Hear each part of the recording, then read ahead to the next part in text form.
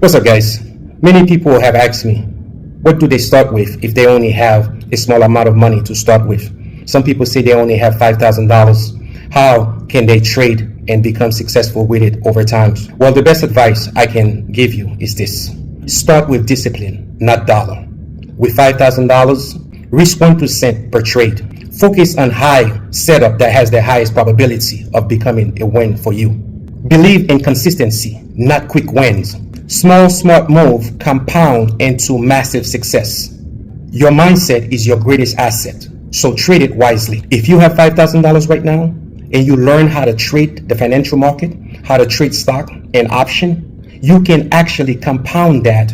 In 5 years, it will be $24,883.20. And if you were to carry that same discipline in 10 years, that would be $61,917.36. You see, it doesn't matter when you start. The training you acquire will determine how successful you will be. So imagine if you were to have 250,000, which will yield to over $1 million in 10 years, or even in 7 years, you will be a millionaire. It's all depend the type of training you have and the technology that is supporting you.